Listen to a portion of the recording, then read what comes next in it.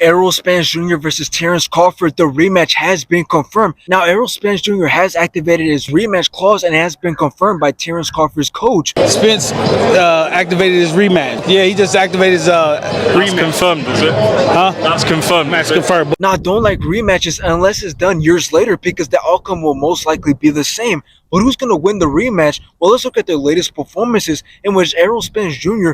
fought Ugas, in which Errol Spence Jr. got rocked in round 6. Sean Porter, big right hand, and Spence is hurt. And then dropped his mouth guard and got rocked again. My goodness, what a sequence. Spence is hurt. Spence is hurt. Oh my gosh. Now then after that, round 7 came in which they both got rocked. That connect percentage. And an uppercut. Ugas is hurt. The body, and now Ugas comes Ugas. And then in round 10, Ugas couldn't see out of his right eye and the doctor stopped it in round 10.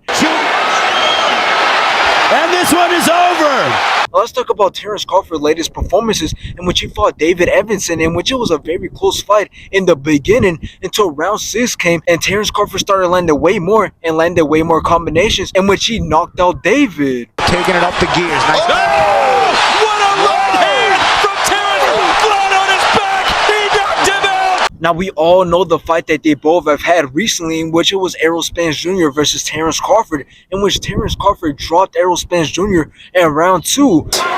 Back comes Crawford with the jab. Now in round 3, it looked like Errol Spence Jr. was back. I mean, he put a lot of work on Terence Crawford, landing some great body shots. But after this, Terence Crawford just started destroying him piece by piece until round 7 came, in which Terence Crawford dropped him twice in round 7. And here comes Spence, though, as Crawford is the 7th. After this, in round 9, we all know the ref seen enough and stopped it in round 9. Crawford has Spence hurt again. All right, hook that wobbles him. Spence might be going down again, and this one is over. Now, the big question that a lot of people ask is, would the rematch look any different if it was at a much higher weight, like 154 instead of 147? Well, let me just say no, and that is because that will only be the case if the fight was a much closer fight, or if it was clear that the weight was definitely a disadvantage for Errol Spence, in which, based off how the fight went, I don't think the weight was the problem for Errol Spence, but instead, the problem was that Terence Crawford was just way more skilled and was the better boxer in that fight. So this is why I really dislike the idea of them having a rematch and people saying that, oh, it should be at 154 because Errol Spence Jr. will perform better and will have a better chance, because the ass beating and the skill that Terence Crawford showed in this fight was too huge and was on a whole different level, to the point where you can't argue that weight was the problem in this fight and the outcome would change if it was at a higher weight, because it won't. Now, another reason that I know bringing up a higher weight class into this conversation as a way to make people believe that the rematch will have a different outcome is false, is because Terence Crawford and Errol Spence 5 years ago ran into each other, in which Terence Crawford told Errol Spence something, in which ended up being Terence Crawford predicting the future,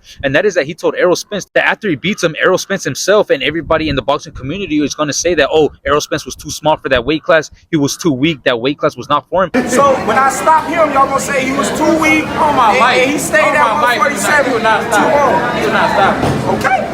And which him saying this ended up being the truth, because that's exactly what Errol Spence and everybody in the boxing community is saying. In the end, if the rematch does happen, who do I think is going to win this fight? Well, I do believe that Terence Crawford's amazing skill set is on a whole different level than Errol Spence, in which I do believe that that's going to make sure that the rematch doesn't have a different outcome than the first fight.